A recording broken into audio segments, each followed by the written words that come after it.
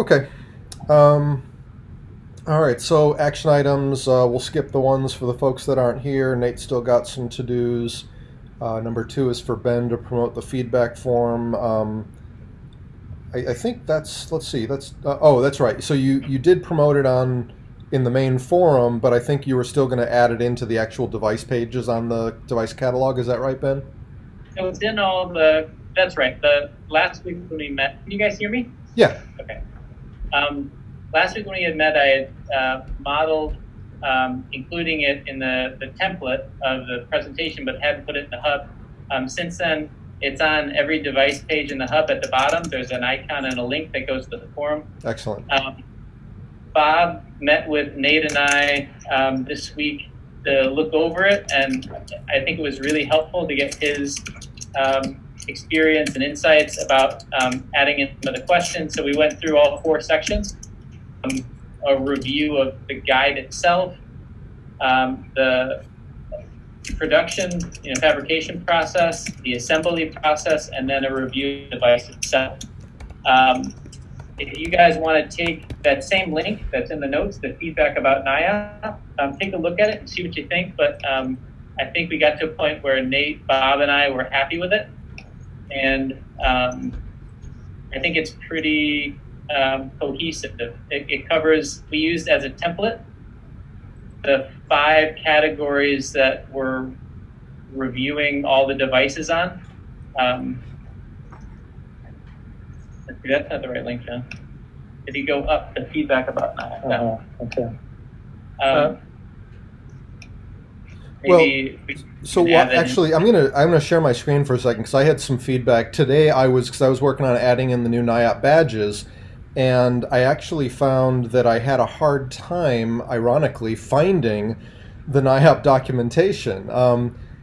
So I ended up, I had to search, and I couldn't even find it when I searched for NIAP documentation. It was only when I searched for Nate Monroe that I finally found my way to this post with links to the Getting Started guide and links to the home page and the device wizard. But I couldn't find like one central document that you could just go through to access all the documentation. When I went to the device... When I went to the device catalog, if you go to the device, enable devices, and you go down through the NIAP catalog, each one of these, so let's just look at the NIAP hook, under documentation or instructions, it just links directly to the documentation for that particular design. It doesn't I couldn't find my way to the sort of the master documentation.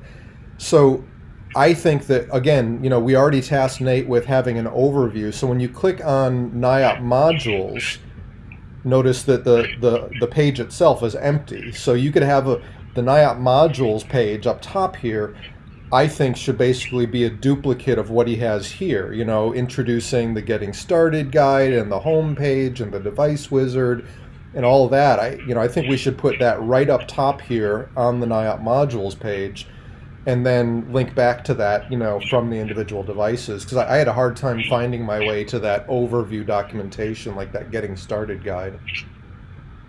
Well, that's easy. I think you're just saying paste the material you just found into the text of the NIAP modules. Yeah, pretty much. I mean, I could certainly do that. I'd have to reword it because it's written in the first person here. But yeah. Yeah, okay. So, but yeah, maybe it's as easy as just copying and pasting what's here. I didn't know if we wanted to do something more visual, but that would be a fix for the short term, yeah. That's a good idea. A lot of this stuff, because it's such an organic development of this ecosystem, this NIAP ecosystem, there's a lot of this sort of iteration of reconnecting the big picture to the individual stuff. Right.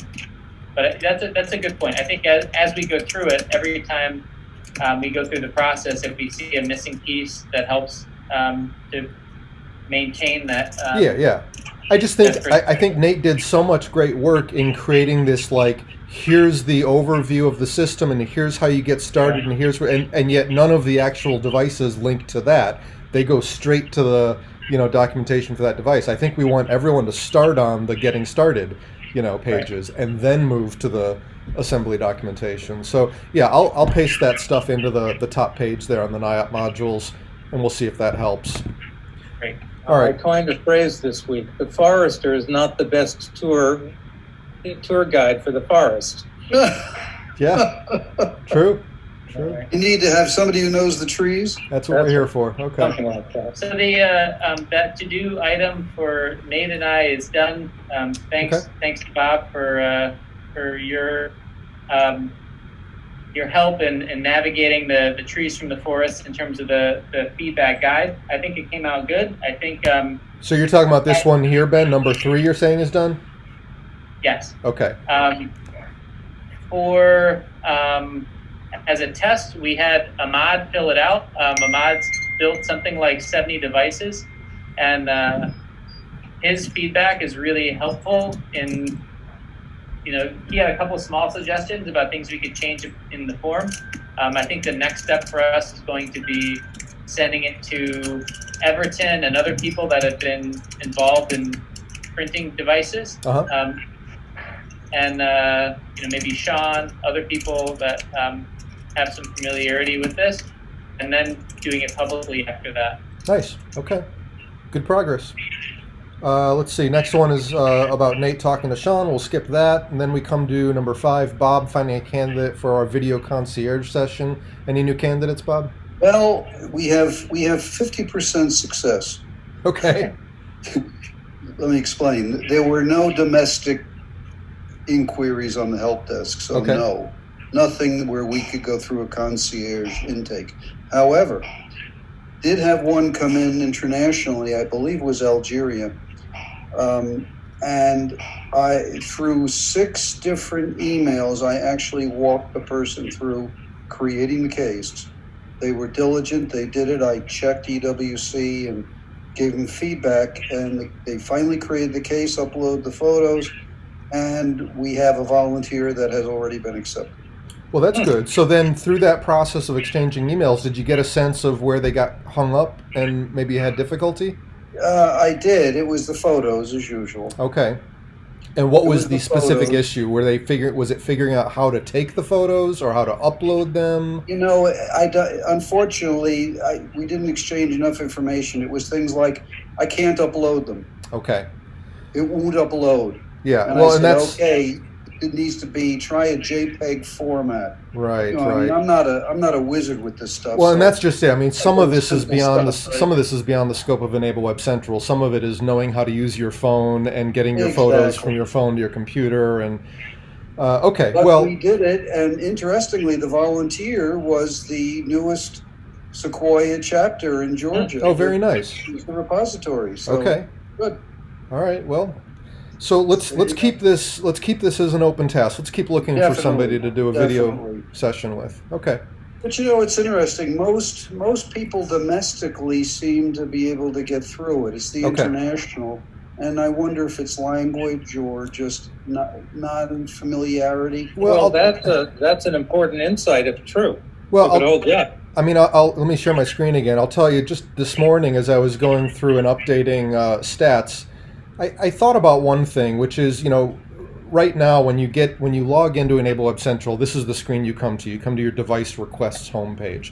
What I'm thinking is a very easy fix to improve things might be to make a new homepage where instead of having everything hidden under these menus, have a homepage that basically has nice, clear graphic buttons for here's all the places you can go if you're looking for a device, if you're looking to volunteer, and just have kind of almost like a grid layout where you can see everything on one page and know, just click to get where you need to go. That's a great idea, because as much as I use EWC, sometimes I have to stop and think, okay, Yeah. where do I, So I think just a homepage that links to all of these different submenu items might be very helpful. Yep. That's very easy to do. Yep.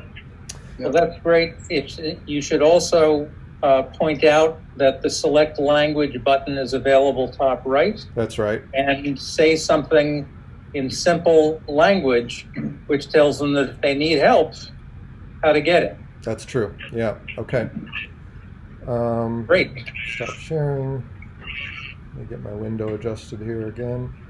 So let's leave it open. A new Sure. homepage would be great, but we'll still try a concierge. Or I wonder if we shouldn't put the new homepage in and then see if that helps first. Yeah. Well, Okay. I I think just added that as an action item for myself.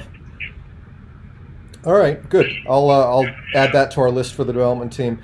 So moving on then, number 6 was for me to add the new badges for the NIOP fabrication and assembly, and that's been done. So they're added in the hub and they're added in Badger. I basically just used the same kind of criteria that we've used for other fabrication and assembly badges, photos for the fabrication and a video for the assembly. So those badges are added and ready to use. Next one is for Bob to give me the details, the address specifically for Sequoia High School, and he did that, so that's done. Then we Now, come. I will post in the forum myself Mhm. on the night of the 15th that we have this new repository. Okay, great. Okay? The question is how else do we promote that? The template has to be changed. Well, so we could use that pinned post that we have in the hub right now. Just maybe that's probably time to revisit what we have in that pinned post anyway to make sure that it's got current stuff in there. Right. One of the things that has been coming up in the development meetings with MASB is using that pinned post with dynamic content. Which Yeah, you mentioned that last time. Yeah, that would be great. But until we get that built, what's up? Until we get that built, though, we could just at least use it to call attention to this. Yep. Because I think right now it talks about the pandemic response space, and I don't think we're getting much activity there, so we could probably replace that. Yeah. Jeremy, you're going to change the template? I already changed the template. So in the help desk, actually, it turns out the only template that I really had it in was the one for classrooms looking to get involved. So I replaced it there, and then I also created a new template for people just saying, "Hey, where can I send this completed device?" Right. So now there's a new template for that. So Did those you have. notice I created a new template for specifically just here's how you should go ahead and make a new EWC case. Oh, okay. You know, I probably didn't see it because that you probably created that in the Enable Web Central category, yes, I right? did. Okay, yeah, I was in the Enable category, so I probably didn't come Okay. across that. All right, so yeah, the new templates are updated, so we're ready to start directing people to the new repository. So that's number 8, that's done. Number 9 was for me to talk to the EWC developers about updating the device inventory page to include some stats. So it hasn't been done yet, but I've added it to our development task list. So we have a platform where we write up these work items, and I've added it to that and set it as a high priority, so it's ready for them to execute on. So they're going to be adding, like we talked about, in the device type dropdown, there'll be a little number next to each device type showing how many of that type of device is in the inventory, and then it's also going to show how many devices match the selected filter criteria, so that as you manipulate the filters, it'll show you how many devices meet those criteria. So that's been written up, as has the next one, number 10 here, make device inventory page publicly accessible, read only. That's also been written up for the team, so that should be done in the near future. And lastly was for all of us to review and comment on Ben's centralized funds document and John's backgrounder. So I actually moved that down to the agenda so that we can actually have some discussion on that. So we'll come back to that in a short while here. Looks like we don't have Saif today, so we'll skip that. I've got the statistics there on page 2. The only notable thing to comment on is that we had a unusually slow week on the hub. We had 1 new member registration and 0 posts for the week, which is a record for us. But other than that, not much has changed. last week, Last week, yeah, over the last 7 days. Very, very little because activity. I personally posted the new chapter. Oh, well, then there's something wrong with our statistics Right? engine. You saw that, everybody. The newest chapter from Brazil I posted. Interesting. Yeah, well, this I just... welcomed them on the forum. Yeah. So, I was going to say, I think not only do we have a lot of new posts, but MASB has unleashed this Enable bot that now does automatic introductions and says where people are from. That was posted yesterday, and we had, I think, something like 5 new members, 4 from Ethiopia, 1 from New Zealand. So I think these hub data statistics are off. Actually, so I pulled the number from the wrong place because this shows 5 posts here. Maybe I didn't update the data. So disregard, I'll update the spreadsheet. We had 5 posts and 9 new users. So I must have had the wrong date selected or something. I'll go back and update that. Okay. Just so you're aware, when I get a request that's a little bit unusual on the help desk, my typical response is, hey, we normally don't handle this, but I think you should join the hub, and I think you should post it in the forum because we have global volunteers Yeah. who may be able to help you. Yeah, absolutely. So I commonly direct people get there an too. intake from that as a matter of course. Mm-hmm. Okay, so on our agenda, I've added 2 new topics at the top that we can touch on each week, which is for Lumio discussions and proposals. So we have 0 active discussions or proposals right now, but we have a placeholder for that in the future. As far as recent Lumio discussions and proposals, we've got the one that I wrote up for modifying the Lumio voting process to require a week of discussion and then a week of voting. That has been approved now. So I now need to go in and update our Lumio voting instructions on the hub, and I will do that. Haven't done that yet. That's on the item above, John. You're writing under the NIOP proposal. Thank you. And then the NIOP proposal, phase 3 from Nate, was also recently approved. So I just noted that here. We already kind of touched on that with him, but those were the 2 recent proposals. So I just put them in here.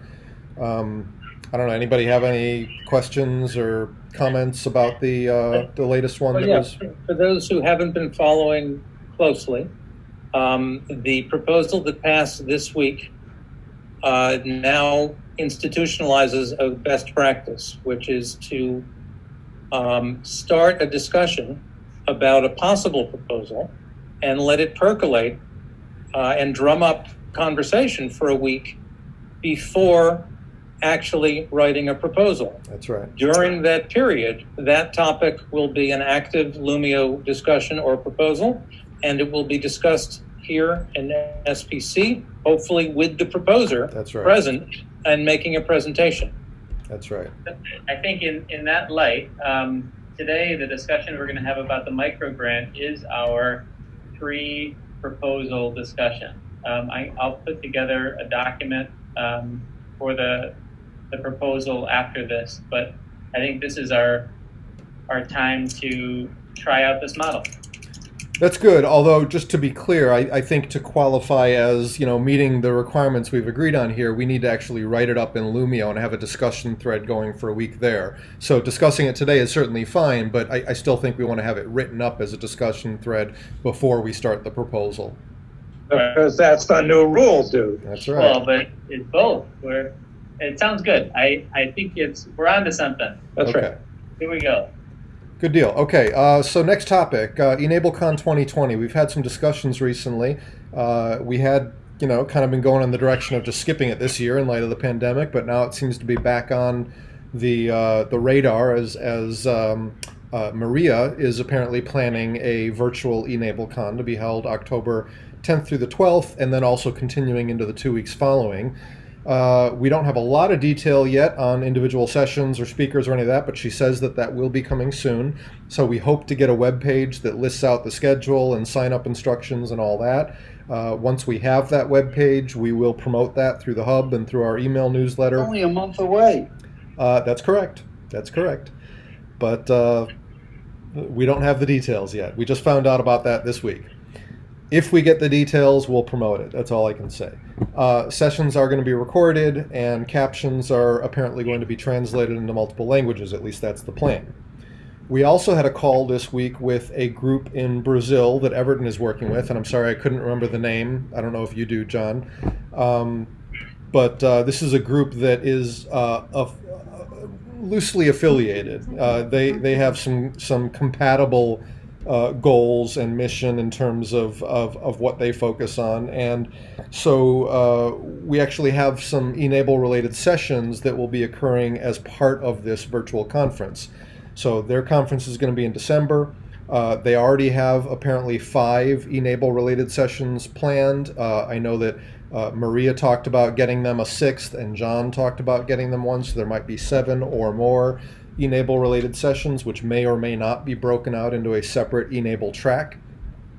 And they also have plans to take these recorded presentations, put captions on them, translate them into multiple languages. So this could be a really big step forward towards our internationalization aspirations. Because of the work involved in getting the captioning and translations done, the deadline for getting them recorded presentations is October 3rd, even though it's an event happening in December. So if anybody wants to contribute to this, October 3rd is when we've got to get them our recordings so that they can be included. So we kind of have these two possible things emerging that could represent an e-NABLECon 2020. With that, I'll open it up for discussion. So I did announce my intention to create a video suitable for submission to the Brazilian conference and for presentation at e-NABLECon. The planning deadline, the writing deadline, is roughly the same for the two of them. If e-NABLECon is going to be the 8th, you ought to have your act together by the 3rd. And if you have your act together by the 3rd in a Zoom compatible format, it may well be appropriate and of interest to the people at the Brazilian conference, which in some ways means we have two venues for telling our stories. And other people who have things that they think would be of interest to an e-NABLECon or like collection of people should recognize that they have about 2 to 3 weeks to get it together, and it would be a good thing. Now, speaking of that, I thought I would give, sort of a high-level talk that I've been cooking for a long time about our non-organizational strategy. But it occurs to me during this meeting that a presentation about the mechanics of e-NABLE as brokered by SPC that talks fairly specifically about Lumio proposals and about the e-NABLE Fund and about the hub and about our communications coordinator. We have, and Bob, all of Bob's work, we have a fairly rich e-NABLE specific infrastructure. Yeah, and some of the stuff you put into your backgrounder. And that, for example. Yeah. But that's a story that, frankly, only we sort of understand. It's a really good moment to think about a structured presentation that includes, which is specific to e-NABLE. Yeah, yeah. I like that. And I'm wondering... And I'm sure you would do this, John, but if you give that talk, I would ask, please make it clear that, from the beginning, when we started the Strategic Planning Committee, our goal or intention was never to try to manage or control or anything like that. Our goal has always been to support the ongoing growth of the community, to facilitate, to free up roadblocks. That's always been our aim. Well, I'm wondering whether there's a separate talk that wants to be done about the specific e-NABLE infrastructure. And frankly, I was wondering whether our man Jeremy might like to give it. As chair of SPC, as the guy who runs and organizes EWC, et cetera, et cetera. Well, I mean, I'm open to exploring that. I guess I'd need to get a better understanding of what you have in mind. When you say infrastructure, are you talking about the technical infrastructure, or are you also including this sort of operational infrastructure, the SPC meetings, et cetera? Yes, I'm talking about the operational infrastructure. Okay. Possibly. It's a timing issue, seeing if we can get something together in time. Maybe you and I should have a separate talk about that, get a separate meeting to discuss. That's fine. I could do it, but then it sort of falls back into the John's delusions of adequacy category. And in fact, this goes on, this actually works, I'm proud to say, independent of John for the most part. Ben has something he wanted to say. Yeah, I was going to just jump in and mention that I think an alternative way to approach this, instead of thinking about summarizing cohesively what the SPC and all these different sort of organs of e-NABLE have developed into, I think approaching it as a question and trying to learn more about the e-NABLE Alliance and all these sort of other these are organs that are outside of some of our activities, but I'd love to learn more about them. And I've talked to Maria and just gotten small glimpses of what is involved, but I think if we can maybe have more of a discussion. If we can think of specific questions that we would like to explore with the community at EnableCon, it could be. I like the idea, Ben, and that might work for what Maria is planning, but I don't think that would work for this Brazilian conference because the sessions have to be pre-recorded, so it wouldn't really lend itself to a discussion. Right. So I think it would be something that might inform the Brazilian conference in terms of some of the things that could be responded to.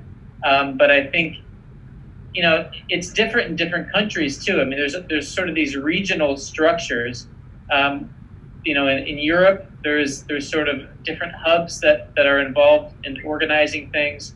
I think it could be really interesting to create some questions for the community and then maybe try to use the opportunity of EnableCon to try to drill out some more specifics about the Enable Alliance and just doing what. It seems to me that it could be both. I mean, I think it would be beneficial to educate people on what we've been doing, what we have in place, how things are working, what our goals are, and then open it up to questions about, how we can further improve things or what other entities are doing, etc. So we might cover both aspects. I'd say let's have a separate meeting to discuss this, with you included, Ben, as well as John and myself. Let's talk through what we could cover and see what we can come up with. Yeah, I like Ben's idea. I just want to suggest that a version of it might be to talk about several Enable organizational schemes. I'm sort of thinking about a table with a column for the SPC EWC megalith and one for Enable France, which I think is well documented and quite organizational, and ideally one for Enable Alliance, and ideally one for something quite different, just to show the range of them, but that there are established organizational schemes. Probably including Enable Brazil as another example. Yeah.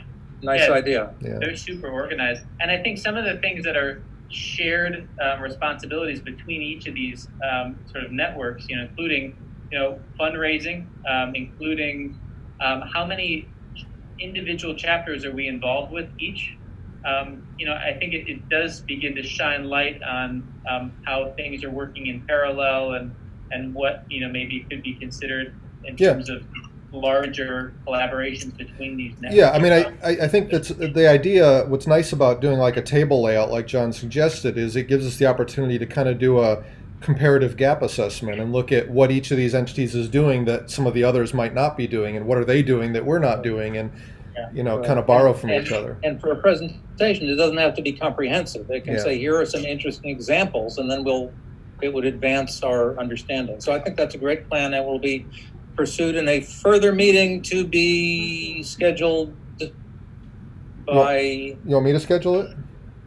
Sure. I think your schedule is more constrained than mine, certainly. Okay. I can schedule it. I'm not convinced I'm the best one to give that presentation because I have familiarity with our processes. I'm not as familiar as I think you, John, and maybe Ben, with what other, like Enable France. Under this model, if you would represent SPC/EWC/Lumio, then that's great. You're responsible for that column. Sure, okay. I or someone else could cover other columns, and someone would moderate. Okay, yeah, sounds good.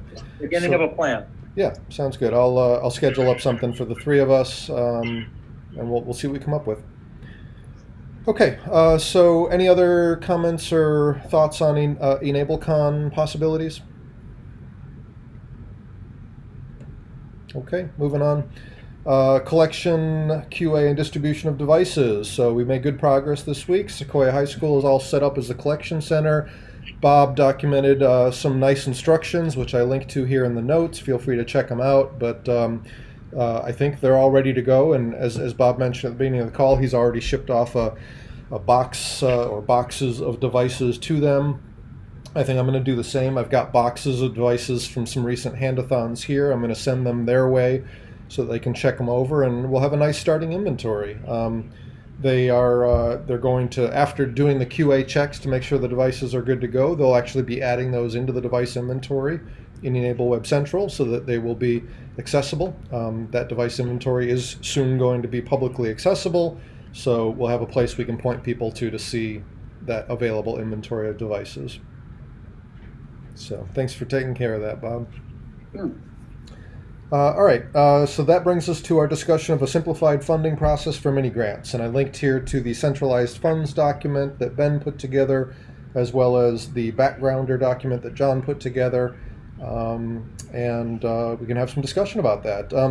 I will say, having reviewed them myself, John's backgrounder was helpful to me in kind of understanding the goals of a simplified process for mini grants and some possible approaches for that.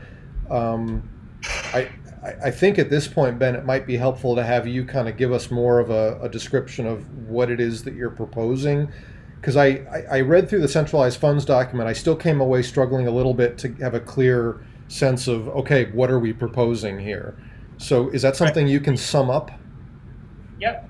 And actually, just to clarify too, the centralized e-NABLE funds wasn't intended to propose anything. It was aiming at trying to figure out, where are we right now? What are we aiming? What are we facing? What opportunities are sort of... So maybe just talk to us. What do you see as the shortcomings of the current process, and what is it that you hope to achieve? Well, one thing that has come up, I think even in these last couple of Lumia proposals, is that it's set up for larger projects. It involves a process, but it hasn't been used for specific chapters, and it's sort of it's sort of an organizational model. So Bob has been doing great work in bringing in grants, these funding streams outside of the e-NABLE community, and then that's sort of siphoned toward these different projects. So it's sort of this one way. I think what would be really helpful in our community is a separate fund, non-tax deductible, which makes it a lot easier for management of, I guess, more transactions. Something that we can limit to chapters only, I think, is a good place to start. In terms of resource sharing, basically saying one chapter raises its hand and says, I'm going to shut the doors if I don't come up with $500 by the end of the month. This is what's going on in, Panama or whatever. And it allows for not just funds to go to Panama, but also funds to come in. So you could have other chapters that put in $20 or $30 or whatever into that fund to support that need.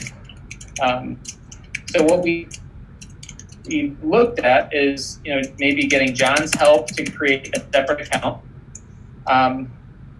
Terry Sonor has volunteered to manage it. So in terms of, a transparent process of bookkeeping. And Masvi is on board to help design a toolkit. So sort of like the automatic bot that we have for introductions in the hub, he's interested in creating automatic reports, potentially in the pin post in the hub, that basically say, this week there was, 3 requests from these chapters, and this is sort of the activity. It would still involve some kind of review process. I mean, the people within the community, like the chapter needs space, would be sort of voting on how to use the funds. So we'd have to come up with sort of like Lumio, a process. But I think the idea would be, this is smaller amounts of money, and this is a expedited process. And again, I think if we focus specifically on chapters, it can be really motivating. And I guess as my last example, Bob posted in the hub this week about the school in Ethiopia. Here is this teacher. He's been trained in additive manufacturing. He's in charge of this program in the school, but they're struggling and they don't have funds for a 3D printer. So Bob posted the ticket from the help desk saying, this guy needs a printer. That's a perfect example of what this micro grant would be designed for. So what I'm doing, I sent an email to you guys about it already, but I did a little bit of background and looked at the other chapters around the Red Sea. We've got some in Qatar, we've got some in Saudi Arabia, we've got a couple in Egypt. So I created an email for them, basically giving them a summary of the situation and seeing if they have any ability to partnership with this school and this teacher. And Ahmad is going to translate it into Arabic for them. And he also has a personal relationship with one of the chapter leaders. So we can do this individually, but I think having a process for it would be wonderful. Imagine if each of these chapters could contribute some amount of money specifically towards a printer, and it would be a transparent process that would allow other people to be involved if they felt connected to it. Well, so having heard what you've said, I mean, my initial impression is I completely agree with the need for a lighter weight, process for getting smaller amounts of money. I question whether we need a separate fund for this. It seems like that might complicate things. Could we not leverage our existing e-NABLE fund and simply create a new process that makes it easier for people to get small amounts of money from that fund? That was my first feeling, and John has convinced me otherwise. John, take it away. All right. So that was the burden of my background, was to try to explain that, and this wasn't clear to me when I agreed to set up the e-NABLE fund, is that the burdens of accounting for a pool of tax-deductible funding are not trivial. In general, you want to be able to account for every expenditure, and for that matter, every donation. The donations isn't hard. The expenditures is actually pretty labor intensive. Now, Bob and I are now have improved our process, and Martin Pressbrick, the CFO of Rochester e-NABLE Limited. But the accounting burdens for a 501c3 are not trivial, and so from that point of view, it's been a good thing that Lumio proposals have been intimidating enough that we've been dealing with substantial amounts of money where it's worth putting in that kind of time. Right. So you have 5 or 6 proposals a year and not 100. Well, that's right. And you have, for each proposal, you have 2 or 3 payouts instead of a bunch of, let's say, sub $1,000 transactions. Okay. So, having pushed back on the perfectly reasonable notion that there should be a lighter weight process, it occurs to me that for a lighter weight process, we want to do something that does not claim to be a tax-deductible 501c3. In the extreme case, people are free to send money to each other with zero accounting burden. We want to come up with something that has the same sort of agility, but is structured enough to be a process for the community. Right, and it's transparent too, I think is important. I think the problem with what's happened in the past is that, you can have people supporting each other, but it doesn't build any kind of critical momentum if it's just one exchange. Like this email that I'm going to be sending out to all the chapters on the Red Sea, I can write a story about it maybe, but imagine if you could get sort of that kind of inspiring of a response based on something that's just happening out in the open. So in the extreme case, so the requirements for government trust are well documented and highly formalized. If Mother Teresa were available to manage a PayPal account, then, people could send donations to that PayPal account. Mother Teresa could send the payments out to the people. Everyone would be happy. Unfortunately, Mother Teresa is not available. So that's what we're sort of looking for. But we have And Terry. I think individuals would probably be fine saying, yeah, I'll donate $50 to that. I don't care if I get a tax deduction, but it might be more of a deterrent for organizational support. So it might make it harder to actually get people to fund this. Like, I'll make a $10,000 donation. Correct. That probably won't happen if it's not tax deductible. Well, that's right. And that's on purpose, actually. I mean, we have the e-NABLE fund for that. So the e-NABLE fund and the Illumio process is perfect for that kind of relationship, getting outside funds and then supporting these internal initiatives. But what we're looking for is money that goes in and out. So I love the idea, but that means that in order for this to work, it relies upon basically micro funding from within the e-NABLE community for the most part. So chapters putting money into this, individual volunteers putting money into this. Correct. I kind of wonder if that would actually happen. Let me interrupt for a second. First of all, that is true, and the model for this thing ought to be something that, for example, chapters contribute to and chapters draw from. It's like I don't know what it's like. It's like that. However, once that structure exists, I don't see why the administrators, Mother Teresa and her helpmates, couldn't write a proposal to the e-NABLE fund saying, we would like $2,000 to seed this venture. We hope to be able to structure it and have it be self-sustaining. But at that point, the community decides to make a grant to whoever is in question to run this thing. It's a single, let's say, $2,000 seed grant from the e-NABLE fund.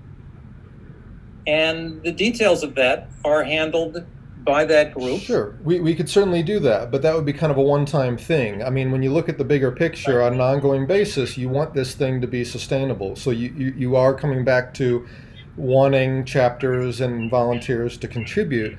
And I'm just challenging us, based on our history, that's not really the way things have gone. I mean, chapters tend to kind of focus on what's happening in their own area, and they haven't really been too actively engaged in these kind of global mechanisms to support, chapters and folks outside of their area.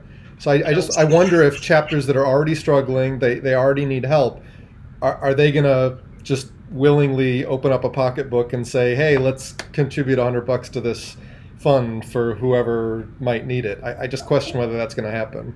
I think the average volunteer already, and whether it be a chapter or an individual, the average volunteer is saying, hey, I'm already supporting e-NABLE with my own devices. I buy my own filament, I bought my own printer, I buy my own kits. I support it. Now you're asking me for more money, and some people may have it and some people may not. As always, it gets down to the funding, right? Yeah. So I like the idea. I'm not convinced that we would actually have an inflow of money. One of the interesting things that I think is worth recognizing is we haven't had a transparent way to connect people that are, well, how can I put this right? Terry is really interested in this project and process, partly because she has a grandson who is getting a device. She wants to contribute, not just to enabling the future, but she wants to contribute specifically to that chapter, covering their materials and that kind of stuff. So I think there are people that have been interested in supporting specific kinds of growth within some of the different chapters, and having to use that example, would she put that money into a fund where it might end up going to who knows what chapter, or would she not just write a check to that chapter if she wants to support them specifically? What she wants to do, which I think has been, conversations with her have been really helpful. She wants to be able to, if that chapter can post and say, we need $200 to cover materials for this project, she will put in the $200 for covering those materials because she knows that they're helping her grandson. she's got money specifically that she wants to support that chapter, but also she's encouraged by Nate's work. She wants to be able to put funds in that support chapters that are maybe doing, NIAP prints for the first time and this, that, and the other thing. I think there's a lot of people in the community that would be encouraged. So this puts a bit of a different angle on it. So what I'm hearing is then instead of trying to fund this account and then let people draw from it, it's a little bit more like a crowdfunding where people are saying, hey, I need X, and then you put the call out and people then fund that specific need. And it could be both. So it could be, like John mentioned, seeding it. I think that's not a bad idea. Because, for example, somebody might say, I need $500 for a printer. Everybody might agree that, we don't have any chapters in Ethiopia, and this guy, has got a training in it. This is a great opportunity. But maybe the Red Sea chapters only put in $320. If you have some background seed money, it becomes almost like matching. You have some funds that are non-specific, but then you also have people that are contributing to that central fund, and it helps to move along based on having that specific mission. Okay. So we had talked about this before, and we kind of moved away because of the complexity of it, but I wonder if this is a place where we could revisit this idea of, collecting a list of these requests. So say we have, over time, you have 10 different chapters that have requested, I need a printer, I need filaments, I need, money to help with shipping, whatever it is.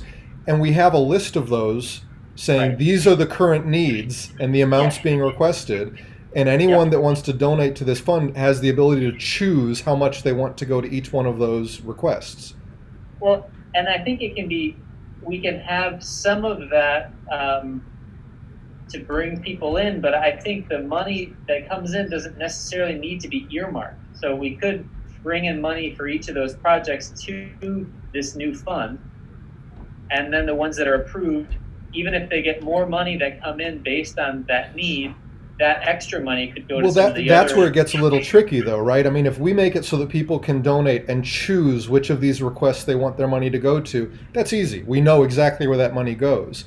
If we also have kind of a general collection of funds sitting there, then you have to look at, okay, how do you decide which of these requests to support with that money? And who makes that decision? Yeah, who makes that decision? How does that happen? Keeping it lightweight.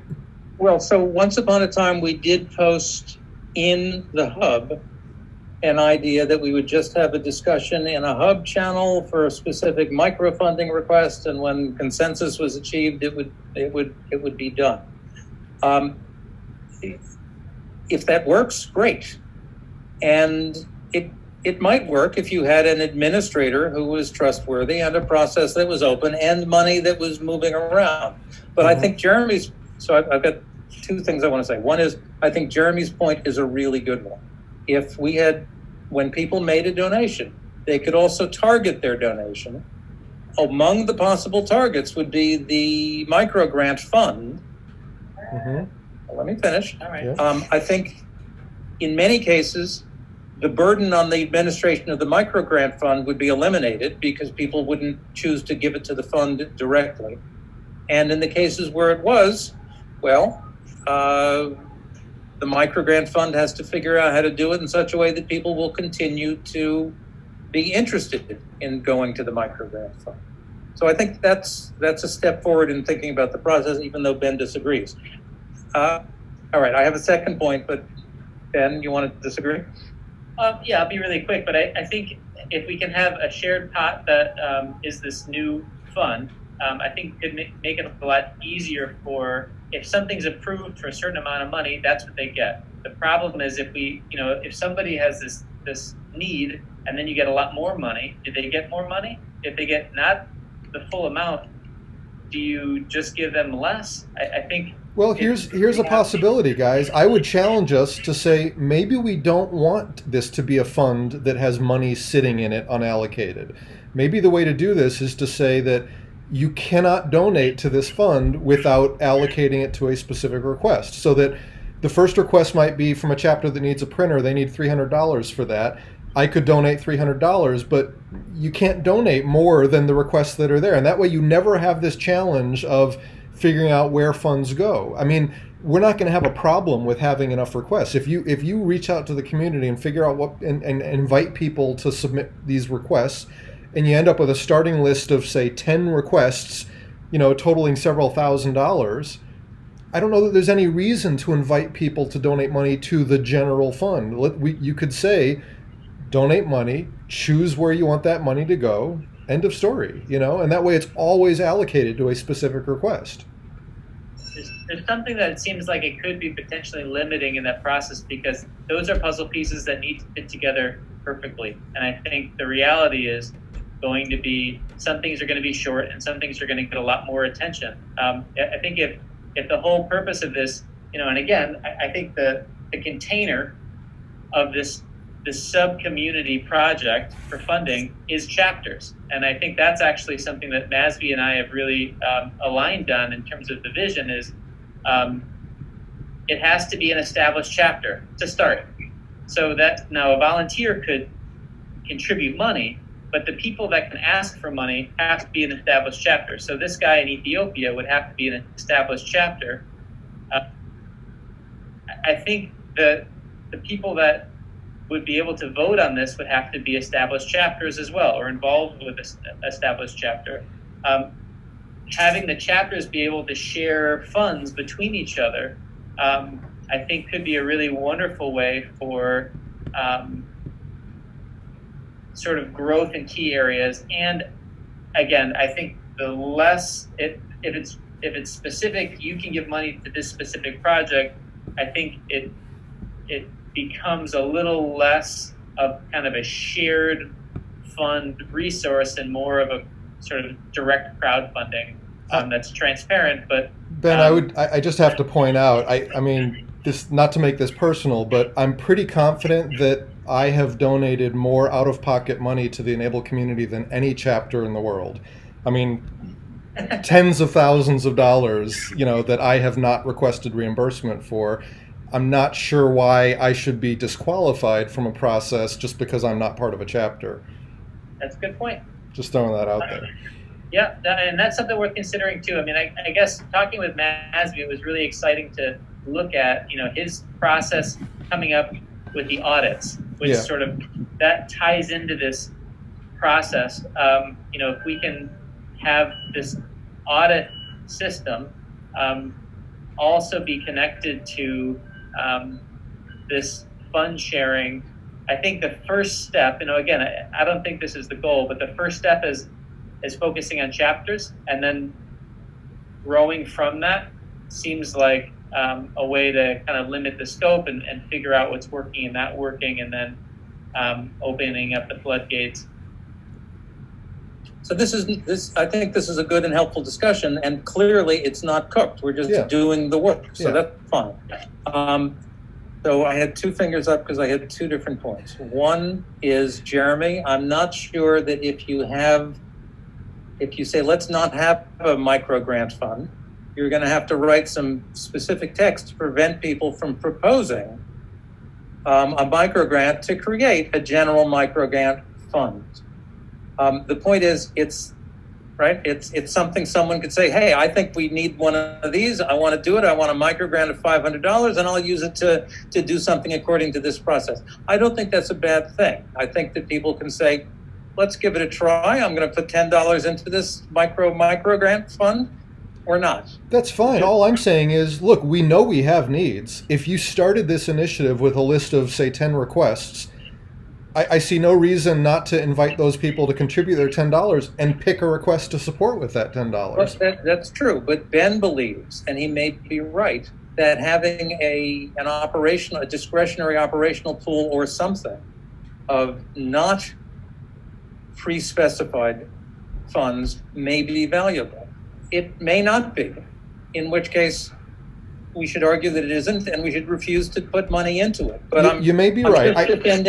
the possibility. Well, and I My guess, feeling is that people are going to be more likely to support something specific as opposed to just giving their money to a general fund that might be used any which way. And you have nothing to worry about. No, I'm just saying that you need to, but you need to think about the complexity that gets added to the process when you open up that option of having money sitting in a fund that hasn't been specifically allocated. Is that added complexity worth the maybe small increase in funding you're going to get compared to the alternative of just inviting people to support specific needs? This started out with that Ethiopian post that I made. Right. So that would be one of the requests. But let's look at this. We've Here's a point. limited this conversation to microfunding cash.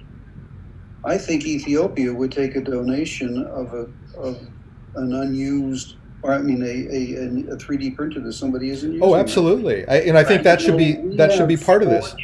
We have 40 or so defunct chapters that no longer That's right. operate. And that was, if you recall, going back to when we created this space for chapter needs, that was the idea that it doesn't always need to be money that's the answer. It could be some other way to solve their need. And that kind of stuff could be involved.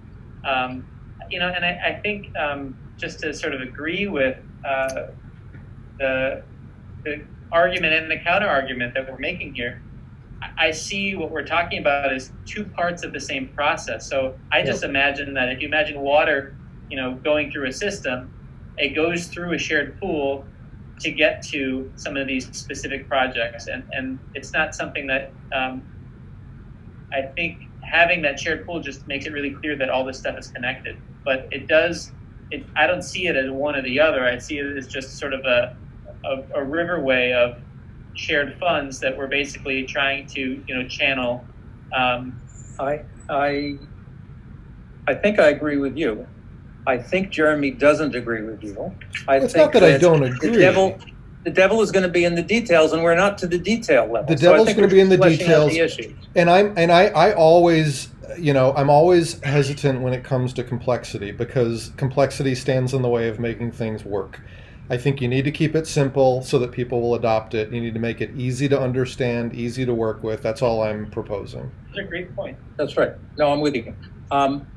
My other finger was to point out that, in fact, I think it is a common pattern for chapters to support other chapters. Mm-hmm. I know that e-NABLE France has spawned several chapters in Africa, and I believe that Lowell University in Massachusetts helped develop a chapter and a program elsewhere. And I just happened to... Luxembourg did.